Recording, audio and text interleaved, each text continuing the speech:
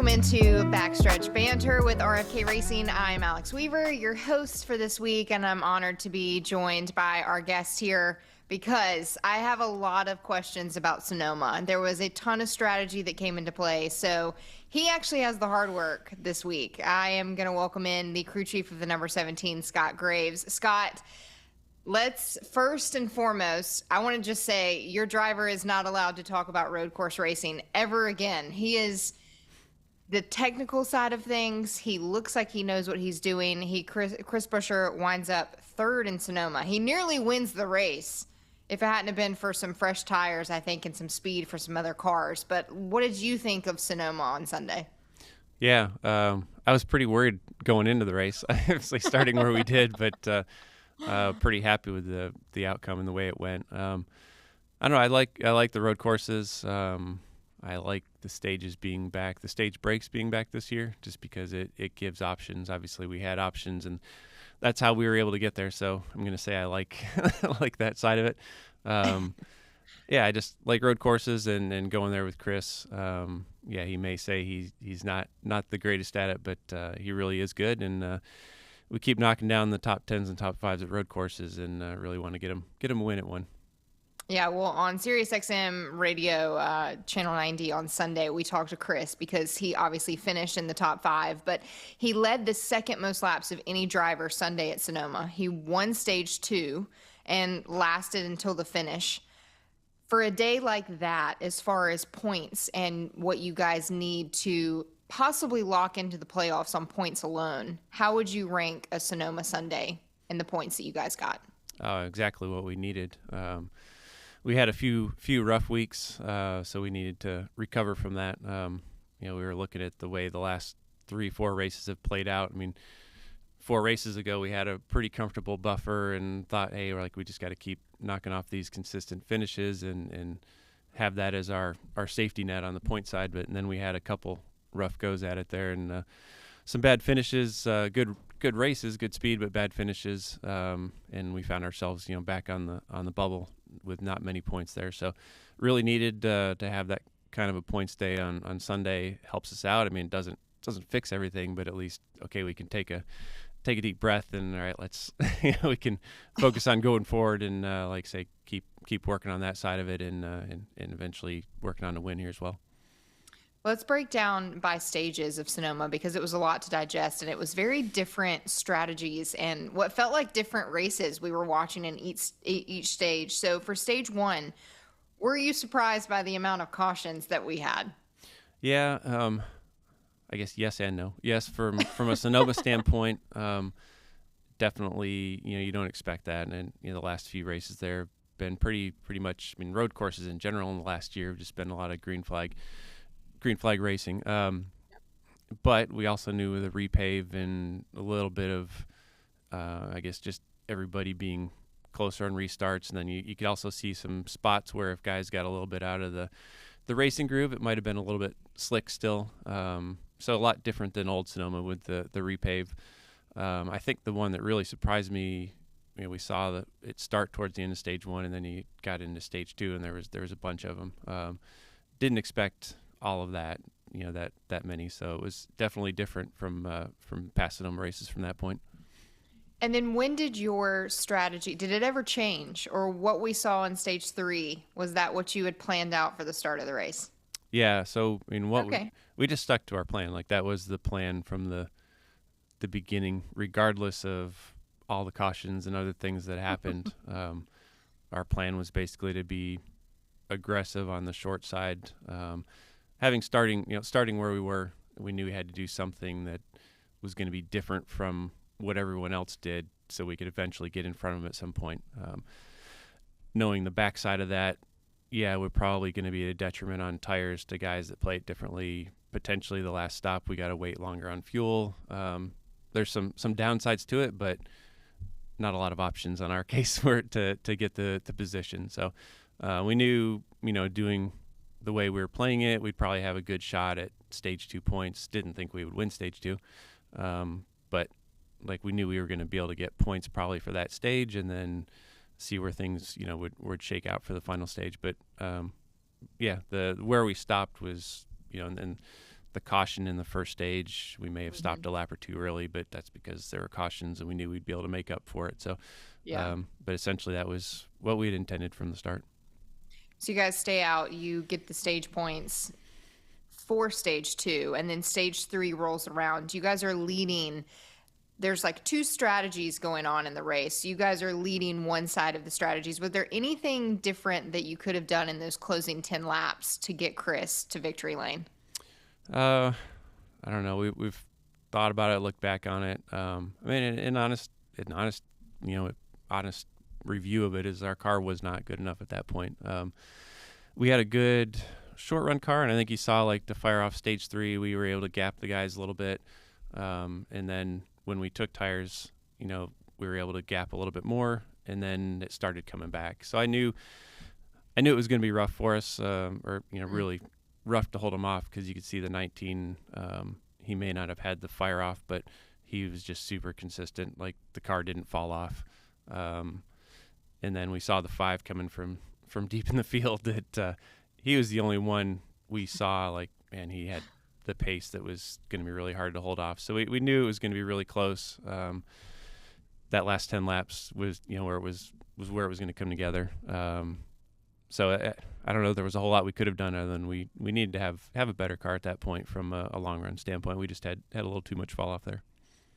Well, Chris has the stats to speak for themselves at Sonoma, but also at other road courses. Just watching him and watching his progression, what do you think makes him tick on a road course? Why is he so good at right and left turns? I mean, he's smooth. Like, he doesn't make mistakes. I mean, from the basic standpoint, a lot of guys suffer on road courses just because they're not always smooth. They'll go off course. Just things that the first keys, you got to keep all 4 tires on the asphalt. So, he's really good at that part of it. And he's just, it doesn't always show up on the qualifying side, but when he gets into the race, that consistency and speed, he seems to get faster throughout the race, and that just plays out well with, like, I know if I can get him up there in that position to lead at the end of a race, he's going to have a shot at it. He's good enough to compete with any of them at that point. Yeah, and it really seems like in a variety of different type of racetracks, you guys have shown speed. Chris has been there at the end of things. He's moved up to 13 in the standings right now. So we head to Iowa. We're going to preview Iowa a little bit with you here in just a couple of minutes. But the outlook for the next couple of months with this crew and this 17 team, what are the goals, and what are you guys hoping to accomplish through the summer stretch? I think, the thing I keep telling the guys on the team is we're out of mulligans. On our end, we've had our share of the races that didn't play out, didn't go our way, and 30th place finishes, type things like that. And that's just it's a lot to overcome. So we're and that, if you look back to last year, we did a really good job of not having those, and that consistency was there. So we've kind of had a step back on some of those things, and some of it's our own, we're in our control, and some of it was, I would say, was not in our control with the way they happen. And you got to expect those things to be there, but basically we really got to focus, not letting that happen. The things we can control, we can't have any big errors here for the remaining stretch. Our car speed has been there in most cases. I feel like we can have the speed to compete for the wins. We got to work on our qualifying efforts. We got to start up front more consistently to be players throughout the race, to be able to get those stage points. That's a big key for us. So yeah, I kind of look at that's the message here, is we really got to just at this point dig in. Like, we can't take any more steps back. We gotta dig in and really fight for this. This is how if you were listening, that Scott is a competitor. It's always so funny to hear these we could have done it better, but this is RFK's 5th straight race with a top 3 finish between Brad Keselowski and Chris Buescher. And I have to ask, because for those of us covering this sport, it feels like it's a matter of when, not if, Chris is going to win a race to lock himself into the playoffs. Atop the pit box and with the 17 crew, do you guys feel that sentiment? Yeah, we know we're close. Okay. It's just it's always like I don't know. That always like always have that conversation, and it's kind of a it's like, yeah, but okay, when we actually get it, then I'll be okay with that. But it's like Yes. it's hard to be like, you're really close. It's a matter of of when. It's like, yeah, well, when we get that, we'll believe it and go with it. Okay. We know we got like I say, that the speed is there. We just have to keep pushing. I mean, it just, you're never going to have that sense of comfort until you get the win. It's otherwise it's, you're just kind of week by week, you're, say grinding it out, and you don't have a feeling of comfort until you can actually get the win and know that that you're locked in, and that's really what we're looking for here. Basically, Scott, you're telling me to ask you that question when you're standing in victory Yes, lane, right? when I'm victory lane, we can talk about that. Exactly. Well, I don't know how much chance the other two teams have had to debrief and kind of talk through things, but I want to touch on Brad Kozlowski. He obviously finished 13th. He earned 2 stage points. And then Cam Waters was new in this number 60, obviously his first time in the NASCAR Cup Series. What'd you think of their days at Sonoma? I think Brad was, they were pretty happy with what they had. They had to save a lot of fuel in the last. They were on the very aggressive side of short pitting in that final stage, expecting more cautions like we had seen through the whole second stage, and then they magically went away in the final stage. But so he ended up having to save fuel there. I think he ended up losing a few spots that he probably wouldn't have otherwise. So they were happy with their day. Similar issues in handling, just needed all work on the rear grip side of it. Seemed to go away a little faster than what we needed to be really competitive throughout a whole run. And then Cam, unfortunately, he just got caught up in some of the pileups that happened there. I think the first one was there was the big pileup in turn 11, and he took some initial damage from that. They thought they had it squared away where at least he could continue, and then I think got caught up in another one, and that was pretty much something they couldn't fix, at least not enough to make it worthwhile to be on track. So they ended up having to stop early, which was unfortunate because I think he was showing a lot of promise in the race with what he could do. Obviously wanted to get out there and be able to run the full race to get the full learning experience and everything he could. But definitely showed a lot of potential and speed for the laps that he was out there. For this number 60 program that RFK has tackled this year, how much do you guys kind of play a factor in helping the notebook and helping get that team? I feel like, just speaking outside of a shop, it would be hard to have a driver come in and do a one-off race and not have the information from the other two cars. So how much do the 17 and the 6 kind of help them out a little bit? Yeah, it was because we are really small in terms of number of people and what we have here. It was a very integrated effort between all three teams, helping them out. The guys that are putting our cars together in the shop were guys that went and helped be the road crew on that. Engineers that are working with us, like our simulation development manager, she was there as their lead engineer, so she works closely with our engineers and myself throughout a week, and they basically had the same notebook. Started very similar on setups and all followed kind of the same direction throughout practice with what we were doing. So it was it's definitely a full effort. We're not gonna send them out there on an island and and just let them be on their own. Definitely, even going back to like at Daytona, I think they had some damage in the 150s, and our guys were over there helping them fix the car afterward, and so it's definitely a group effort. We're there to help them out. We obviously want to see that deal be successful as well. So it's we're all involved with it. And last but not least, before we pivot to Iowa, did you see the number 6's fire suits? Yeah, I had to send a picture. What did you think of the Minions? Send a picture to my daughter because like Minions are one of her favorites. She's got all kinds of from pajamas to posters and lights and everything else or Minions. That's like been one of her big deals. So when I saw the fire suits, I was like, I got to get a picture of this and send it to her. Yes. Yeah. So. It was I never thought I would see grown man grown men walking around in a Halloween costume at Sonoma, but Yeah. it was a good fire suit for you guys. Yeah, that was funny. I hope they got some good TV time on that, and to so everybody could see what they had there.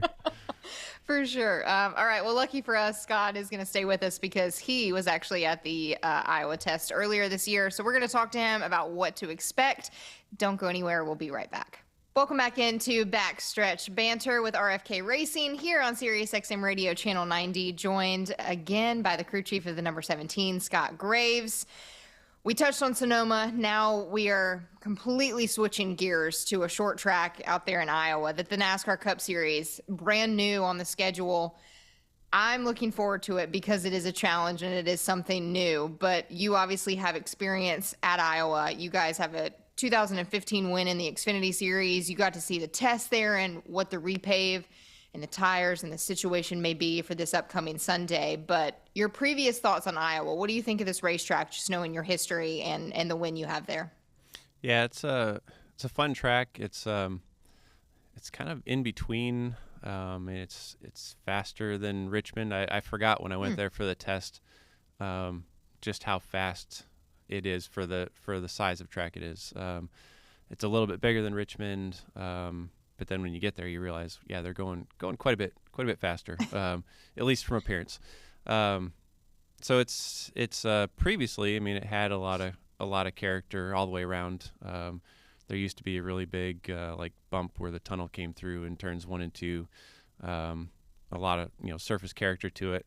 A lot of that now is smoothed out in the corners where it got repaved. So the corners are fairly smooth, and then you transition off of that new asphalt onto the straightaways, and they still have all the roughness in character to them. So there'll still be some unique aspects about it that we're going to have to work around. Because you come off both on entry, like the braking zone, you've got some roughness from the old surface, and then you hit the new asphalt. So like I say, there's going to be some things that we have to work around, and you can't just approach it like it's a whole new repave, because there's some parts of it that aren't. So that'll make it unique for everybody to work around and see how we can figure that out. Yeah, both RFK drivers, they enter this weekend with ample experience. Prior wins at Iowa, despite the Cup Series, never visited the track. So Brad Keselowski has 3 wins alone in the Xfinity Series at Iowa, 2009, 2013, and 2014. He was the first Xfinity winner at the track. Chris, we mentioned won in 2015 with you, Scott, at the helm, one of his 4 starts. So it seems like drivers are somewhat figuring this racetrack out. At least they were in the Xfinity Series. Is that the case that you can find with this next-gen car of, if we figured Richmond out and we figured Bristol out and we figured some of these other short tracks out, do you expect Iowa to be a quick learner for our teams? Yeah. Yes and no. I mean, it's different enough that because I've made the mistake in the past in the Xfinity side that you could just take what you had at Richmond and try it out at Iowa, and that didn't always apply. It's might be closer now with the corners being smoother, but like in the past, it was so rough, and just the speed difference that the car had to be set up a good bit different. Might be closer now. I think the thing I'm happy about is Chris has a lot of laps there, and even though the character of the track might be different, the lines are going to be similar, and he's got that experience there, a lot of laps there. I think that's helpful. I think one track that we go to, Gateway, like he had never raced there before, and I think our first trip to Gateway, I mean, it was definitely a struggle, and you feel like you're starting off a little bit behind everybody that that has been there. So I think I'm glad here going to a new track for the series, but he's got previous laps and experience and time there. I think that definitely is a help for us. Yeah, and then RFK, I think it's a privilege just because you gain information, but I know a test is a lot of work. It was Brad Keselowski that was testing at Iowa earlier this season. I know Chris was not there, but you were. What did you guys learn from that test, just seeing the new repave and this new Iowa to the NASCAR Cup Series? Yeah, the tests for sure a help. I mean, we saw that with Sonoma. We didn't test there. I wish we had, because it was our 50 minutes was used just trying to get the car in the ballpark, where some other guys, they show up and they're in good shape. So hopefully we can use that same advantage here going to Iowa. And for me, it was about really just I just wanted to see the track, like what does it look like, kind of the characteristics, knowing what it used to look like before. I wanted to see what's it look like now, and what kind of things, get an idea of what were we going to be fighting. And then obviously, that being able to run through the test with Brad and the 6 team, watching what they're doing, what changes help them, kind of what did they need to do to get the car set up right for the track, height-wise, balance-wise, all those things. So it definitely, all that information is it's critical. So it helps us unload closer, and instead of, kind of having to make the big swings of getting your car in the ballpark, you can start out in the right spot, and you're doing more fine tuning and hopefully getting yourself a better race car for the race. Let's dive in a little bit further to what I think fans are going to be seeing on the track product for Sunday and throughout the weekend, because we do have practice and qualifying for the NASCAR Cup Series at Iowa. The drivers that have tested, there have been some comments about a 1-lane track. What do you think ends up happening at Iowa? Yeah, from the test it was, but it was only 3 cars when we were there. Obviously, it's 2 lanes have been repaved, so I think if you get enough races on the surface, I think that second lane is going to have to come in somewhat. It'd just be a matter of, is it going to be a case of where just the shortest way around is going to be the fastest? Just like I say, depends on if. I think early in the race, probably be a little bit warmer when the race starts. It's going to be pretty warm there on Sunday. I think, at that time of the race, if it's going to widen out, you're going to see it just, if guys are able to use that lane to make some passes. I won't say yet where I think it's gonna go. It's at least they got 2 lanes, so that definitely the racing's going to be in those 2 lanes. It's just a matter of if that second lane is if there's enough advantage there to make it work. Well, I know that obviously we have practice on Friday, qualifying on Saturday. What do you guys go to a place like Iowa and hope to learn and accomplish in a short practice session, and then a day later we'll have qualifying? Right. It's so that just the way it is now. I talked with Chris about this and the guys on the team. Like when you show up, it's like you got to be on kill these days. It's not like it used to be where you could show up and kind of ease your way into practice and speed and see what you got. Yeah, it's like 100 laps on a racetrack. Yeah, it's like you got to go right away. So obviously practice, we're looking for the speed. First off, like overall speed, and then just hopefully make a long enough run to see what our pace looks like on a long run and what kind of fall off we have. You find out pretty quick. I mean, if your initial speed isn't there, then your long run's probably not there in a lot of cases either, and you're going to be working on the balance. So really that practice is just going to be, like say, getting it dialed in. Adjustment wise, for qualifying, there's just not, if the speed is in the car, it's just kind of getting those offsets right for qualifying. It makes it a little trickier when qualifying's the next day. When you're practicing and our normal weekends, when you're practicing and you roll right into qualifying, where the track's at, what the conditions are, you kind of have your offsets that go with that. Going the next day can make it a little bit tricky because you don't know, like, time of day. It's going to be earlier in the day. Track could be cooler, balance could be a little bit different. Other cars have been on track since we were out there. So there's some more things to think about in that situation. Sure. And it always fascinates me just because I've had the opportunity in the last several seasons to cover brand new racetracks, and obviously Chicago, a beast in itself, the Coliseum out in LA, a beast in itself, but we've had places, like Gateway, that have been put regularly on the schedule for a points paying race, and as well as Chicago will pay points this year. But now we have a new track of Iowa. Are these weeks that it is brand new more challenging than the weeks that we see the same track over and over again, regardless of how it may be running? I mean, Sonoma had a repave. Was that completely different for you guys? Yeah, for sure. It's okay. It's more challenging. I mean, Sonoma was one of our excuse me, one of our best tracks in the past, where you look at Sonoma, like we qualified top 5 or top 10 the last couple of years there. We go back this time, we qualified 26, and like say when we unloaded, we were out to lunch. Like in terms of our, none of our previous notes applied. So, and then Iowa, like say hopefully the test notes apply. But when we go to these new tracks, there's no notebook. Chicago was tough last year, and you saw like how quickly the team or the field. Migrated throughout practice. Like guys started off slow and then it just kept getting faster and faster and faster. Like they'd make a run, they'd come back and look at SMT and like, okay, I can do this here, and then go out and just, bam, half second faster. You won't see that much at a track like Iowa, but it's still, a track at Iowa, you're 2/10 to 3/10. If you're off, that's that's huge. So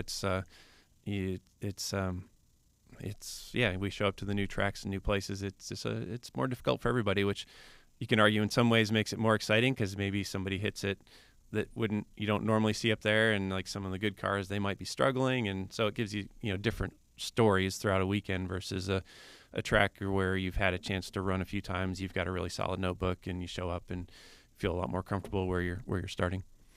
Yeah, needless to say, it's not like going to Daytona. And this weekend feels very different for all of us as we head out to Iowa. But Chris told me he does not like road courses. I think he makes it well known that that's not his background. He doesn't feel like he is good there. Short tracks, however, you guys have shown speed in the 17 car, even in the 6 car, but Chris has done exceedingly well the last few seasons at short tracks. Does he have this circled? Like is the short track program like, man, I'm good at this one? Or am I going to get, when I talk to Chris on Friday after practice, am I going to get same old Sonoma Chris? It's funny because like Richmond and Phoenix, a year or 2 years ago, he would have told you hates those places. See? What is it? Richmond, he was like, they could just fill it in. Just do something different with it. He'd be fine with it. Yeah. And then something's just clicked, in the last year, 2 years, and, whether it's the car, obviously we've found things that work for him. And, Phoenix, another one, just, it's turned around, and they've really become some of his, strong suits when you go to these tracks. So we definitely circle them and look forward to them. And Iowa is one that, going back to Xfinity, he really liked, enjoyed it, won a race there, always ran well there, kind of a good track for him. So, hopefully the fact that he's actually looking forward to this one going into it, and where we're at with our short track stuff, that it really adds together and turns out to a good weekend for us. Well, both of the RFK drivers have a lot of really good history at Iowa, so I know they're looking forward to it. That's our Iowa preview. We're going to be right back here on SiriusXM NASCAR Radio Channel 90 with Scott Graves. We'll wrap up 2024, the outlook on the rest of the season, and then we'll close with him. Give him some time to go to Iowa. Don't go anywhere. Welcome back into Backstretch Banter with RFK Racing. I am Alex Weaver, joined by the number 17 crew chief, Scott Graves, here on NASCAR SiriusXM Radio Channel 90. Scott, we have what seems like we have had a lot of races under our belt so far this season. We still have a long way to go in the 2024 season. So at this point in the season, I guess kind of give me a letter grade and explain your reasoning behind your letter grade of where you think the 17 is at right now. Yeah. I call it a B. I don't know. That's good. That's better than I expected. Yeah. Oh, maybe I'm being nice about it. So encouraged, obviously, by speed that we've had and what we've been able to do. I think the frustrations have just come with some of the self-induced errors. I think qualifying has been up and down. Obviously need to get more consistent on that. The pit road side of things, I know we're working really hard there to get better. The 6 team is in the top 10, if not top 5 on pit road every week, and we're trying to get our group to that. I think that'll help us. Every aspect of the racing right now is so competitive that you got to have all of that to get a shot at a win. So it's there's that. Yeah, just the finishes. You have the days where you're gonna have some bad luck, and you got to count on that happening. But it's the days that we're having a good car and we do something to shoot ourselves in the foot. We got to prevent those.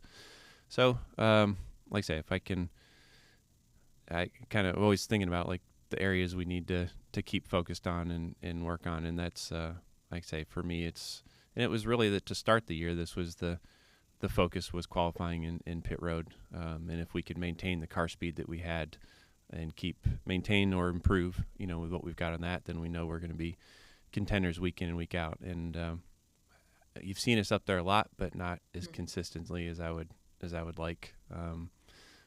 And just want to be able to do it straight out. Like I think Richmond race last year, we won straight up with car speed and pit road and what we did. But we haven't been able to recreate that. We've gotten ourselves up there from strategy type situations and doing things like that. But when I feel really good about it is when we can just go out and straight up win a race, just from speed and execution and just doing everything right. Yeah. Have you found that it has been, I don't want to call it a challenge because Chris is so even kill and so cool, calm, and collected usually, but coming off of such a stellar year in 2023, has there had to be a curbing of expectations at all this season, or any, I guess, kind of the why haven't we won yet attitude from Chris? Not, I mean, I haven't sensed that from him. Obviously, I think he feels the pressure to win. Sure. And that maybe that's weighing on him. Like, I don't know that it's a why haven't we, but he feels the pressure like to win. And we probably came into the season maybe a little more, I guess, confident in what we can do versus reality, I would say. I mean, not knowing that we can win. I mean, it's not a mistake that we are that we won 3 races last year. No. And we won a race the year before. So it's not something like it's a fluke that, the 17 just managed to pull one off kind of thing. We've established the fact that we can do it and we can repeat it. I think we came into the year with the confidence of like, we can do this and it's going to be easier than it is in reality. So it's, I mean, and that, that catches up with you real quick and you realize that, okay, it's really hard in this sport to get to victory lane. And that's what makes it, I don't know, that's why you carry so much pressure around, I think, all the time of like, it's so hard to get a win and get yourself that guaranteed spot in the chase. And it's, when you've done it before and when you win and it's in the same season, it's like, it's all okay because it carries through that season. It got you in the chase. And when you win and then it starts a new season, like that's all gone. It's like, we've won in the past, but it really doesn't matter anymore. It doesn't matter at this point. But what have you done for me lately? Just really comes into play in our sport. Yeah. So until you can get that win again and that sense of relief, then you're carrying that weight around that you got to get that back. I feel like the Fords, when I've asked this question, because we're seeing multiple years now with the next gen car under our belt, we do have data on this car and we somewhat know what this car is going to do on certain racetracks now. But then you throw in a new composite body for you guys and you guys get a dark horse Mustang, and it took a little bit for the Fords to find speed. RFK was the first Ford in a points paying race to make it to victory lane with Brad Keselowski at Darlington. How big of a challenge has that presented this season? Yeah, for sure to start. I mean, anytime you throw in a change, either at the top cup, rules level or at an individual OEM manufacturer level, it takes an adjustment period. So, for sure, it took us a little while to get it figured out, and we're still getting there. But we've obviously found some direction in what we're able to do with the cars and get a little more speed out of them and be more competitive. Yeah, it's unfortunate because you'd really love to hit the season with that kind of speed from day one and to start the season. Obviously, it's going to get you a better chance overall and more shots at it. But we're able to when we are off, we've been able to show that we're able to work on it and figure it out and get there. So that's the good thing that gives you a lot of confidence that we're, like say, we're headed the right direction and finding speed and like I say, getting to where we need to be. Let's touch on some of these racetracks in June and July. If you were like me, you left, I don't know how you felt, Scott, getting on the airplane. I left Sonoma being like, oh, vacation. Finally, we're going to get an off weekend. And then I started looking at the schedule and I was like, oh my goodness, we have 2 more months of racing left here. So it was a little bit of a trickery for me to leave California knowing that I did not have an off week coming up. But we'll touch on Iowa. We have New Hampshire. We go to Nashville. Then we have Chicago, Pocono, Indy, and we're back on the oval. It is a lot of different challenges coming up in the next 2 months. It's a constant, where are we in the country? And also, what type of racetrack are we at? Do you enjoy that? Or are you like, hey, let's do like a couple short tracks or a couple road courses in a row? I mean, I'd love to do a couple road courses in a row. But it's a challenge because each one's different. And we know some we're stronger at than others. So it's really trying to figure out like how to balance the effort. We got to bring up the ones that we have not been as good at traditionally in the past. Got to keep the ones that we were good at, good, or even be a little bit better. So it's like there's a lot of planning in advance, trying to work out, especially like in the way this season, this stretch here has been. The whole Gateway, Sonoma, Iowa was kind of a tough stretch in terms of car prep on the teams and having to send cars early, earlier than normal. So like you're trying to get ahead on those cars, but you can't fall behind on the stuff that's coming up after it. So it's an interesting puzzle to put together. The stretch for us, like I say, I think there's some good races. Then there's some that traditionally we haven't finished quite as well at. At least the 17 team would be going into New Hampshire. That's one that circled. We got a little bit better last year. Brad's always really good there, so we need to figure out how to get better ourselves and be up where Brad and the 6 team were there last year. Nashville was kind of a struggle for both of our cars. You could say maybe the Fords in general at Nashville last year. So that's one we know we gotta be better at. But then you get past that, you get to Chicago Street Course. We're looking forward to that one. Got that one circled because it's one that we know. We finished well there last year. We know again if we can qualify well at that one, then we've got a shot at running really well at that race. And then you get past that, and you got like Pocono and Indy. Pocono's a good track for us. Indy, don't know. Haven't been in the oval there in a while, so it's that'll be another one that's kind of a challenge for everybody because it's new track. I say that, but none of us have been there for a while, and none of us have really been there with this car. So a lot to look forward to and think about. We know it's a lot of opportunities for us. Some good tracks that we can really help our situation and in the points and hopefully the win side. I feel like with the Gen 6 car, the car previous to this next gen car, it was a lot of the same usual suspects in victory lane. It was the cream always rose to the top. And with this next gen car, the story has really been for the last 3 seasons parity and how many winners we have going into the playoffs. And are you going to lock in on points? Well, maybe not, because we may have 16 plus winners that get into the playoffs. Have you been surprised that, and I say this knowing that RFK has been the cream that has risen to the top as far as the Ford banner. It's been you and Team Penske right there showing the speed week in and week out. Are you surprised that there still is a ton of parity with this car?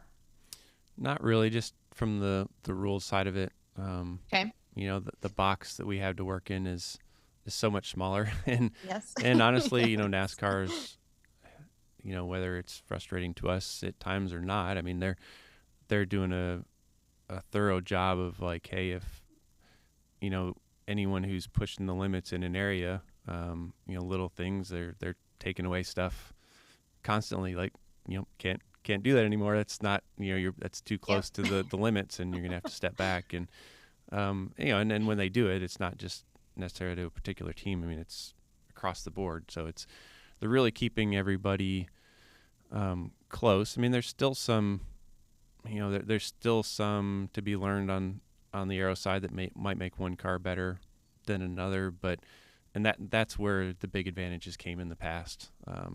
just what people were able to do with, their Gen 6 car versus another company's Gen 6 car, and how much they were able to develop it. And there were huge disparities in just potential, I'd call it base potential of cars across teams. And that's gone away, I think, to a big extent. So now it truly is like, okay, who's got the best ability to work on the setups and, the simulation side of it, the setups and the drivers, and then the execution on pit road, the pit stops. It truly is more about that now than it is in the past. You could see a guy with a really fast car could, have a penalty on pit road, go to the back of the field, drive right back to the field, and 20 laps later they're in first again. Like, you're not going to see that anymore. It doesn't happen because the cars are just too close. And it really is about the whole team, the driver, the pit crew, the engineers, that's I think where we're at now. And that's why you just see people focusing on the details so much, because that's really where it's all at. Chris has been in that building. It had a little bit different of a banner on it when he first started in the development stages of his career. You've obviously known Chris for a very long time, worked with him for a long time. What have you seen from this driver that Chris is such a great race car driver, and I feel like he has grown into his own in the last several seasons. So as his crew chief now, seeing and working with him every single day, what have you seen from your driver? I think, again, kind of like going back to where we're at with the car and the parity there.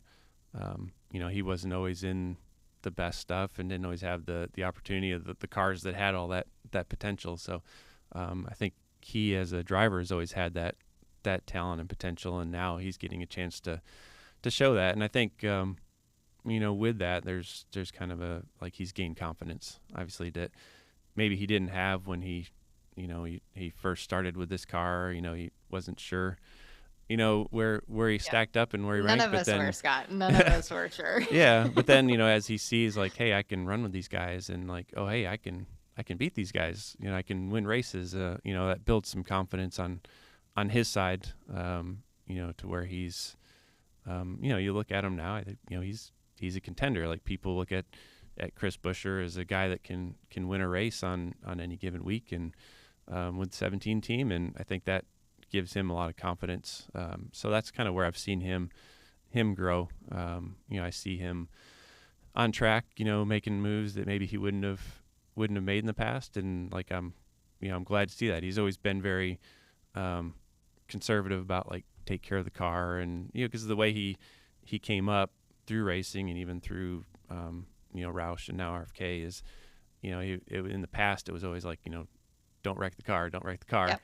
Just go finish the race, and so there was a lot of that mentality that I feel like we've kind of had to push a little bit, like go out and make some moves, and don't be so worried about the downside. I mean, like, obviously you can't go out and wreck cars every week, but it's racing, and you got to be able to put the car on the edge and take some risks. And I think that's something that we've kind of pushed him to do a little bit, and we're seeing that now, and it's exciting. I like to see that, and it's bringing out more potential in him. I think he's grown as a driver from that side as well.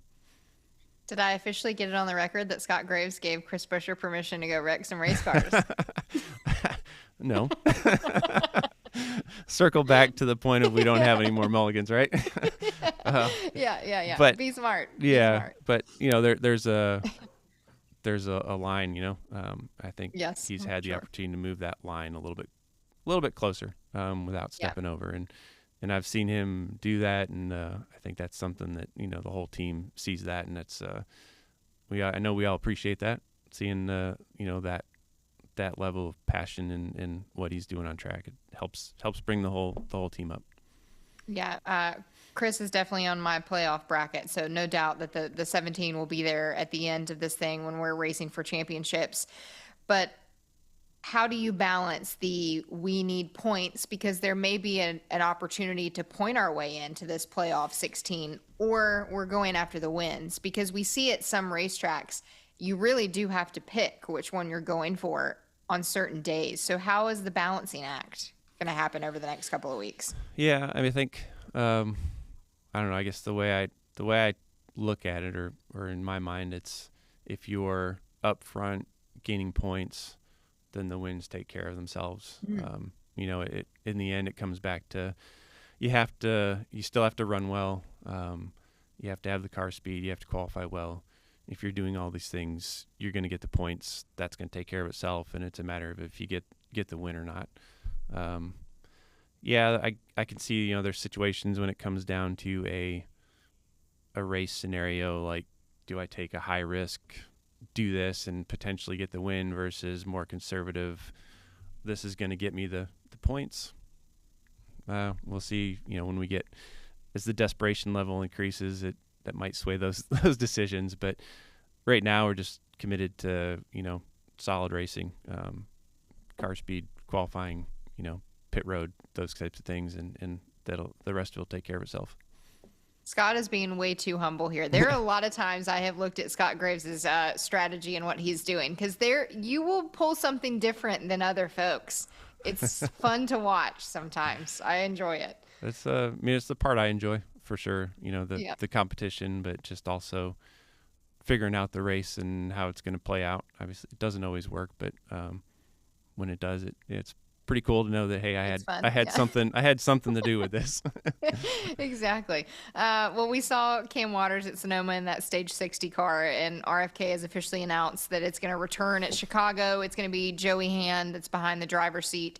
The experienced road course driver is going to be in the number 60 for Chicago. You guys have really embraced different talent, different expertise, bringing in different drivers to allow them the opportunity. But it also helps having a third car, I would imagine, especially for a place like Chicago. So this stage 60 for Chicago, what do you think of Joey Hand? I think it's a good, it's a good fit for us and good opportunity for Joey. He works with us on road courses in general. He works with a lot of the Ford drivers, just kind of at simulator. So he's got a lot of experience, a lot of good feedback. So having him in one of our cars, that's an opportunity to, at the track also help out Brad and Chris, what he's seeing out there, just, different ideas, different things that we might think about to help us out. So, it's a good opportunity for our partners and us, just to be able to learn from it. It's like, with testing going away and not having all those opportunities, it's opportunity to have another car out there and gain that information. It's like I say, it's valuable to all of us.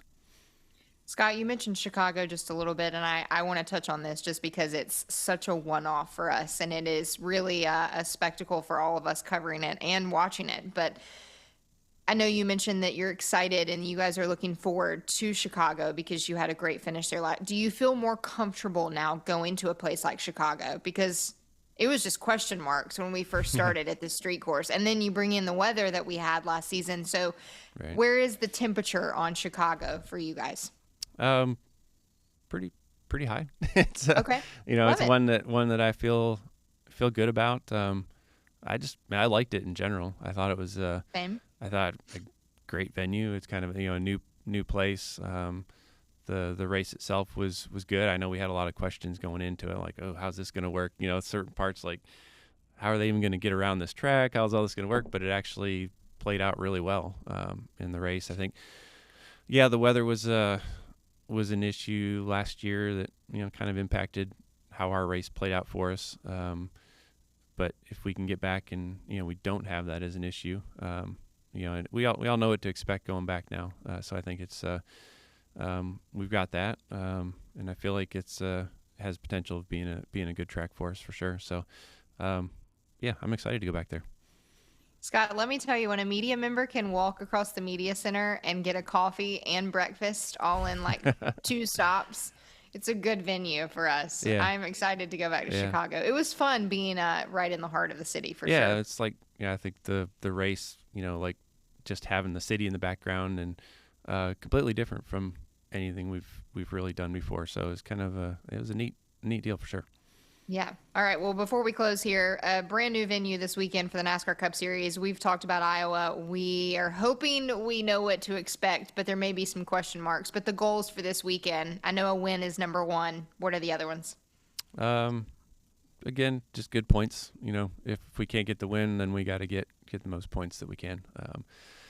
So hopefully we get there and have, like I say, decent speed to start practice. And really just need another solid, smooth weekend. Sonoma was a good weekend in the end. It wasn't all smooth to start. So hopefully we're closer to start practice this weekend, and that we can make it all play out for us. Like I say, our focus is just moving forward, and whether it's forward in points by just earning points or whether it's getting that win, that's where we're at. So if we can advance ourselves in either of those areas, it's going to be a good weekend for us. All right. Good luck this weekend, Scott. We're rooting for you. Thanks. Appreciate it. That does it here for our Backstretch banter with RFK Racing on SiriusXM and NASCAR Radio Channel 90. Iowa is up next. It's the Iowa Corn 350 powered by ethanol, Sunday, June 16th, 7 p.m. Eastern. It's the first of the NBC races, but it will be on USA. You also can catch all the action right here on SiriusXM. We'll see you in Iowa this weekend. Thanks so much for listening, and enjoy a brand new venue for the NASCAR Cup Series.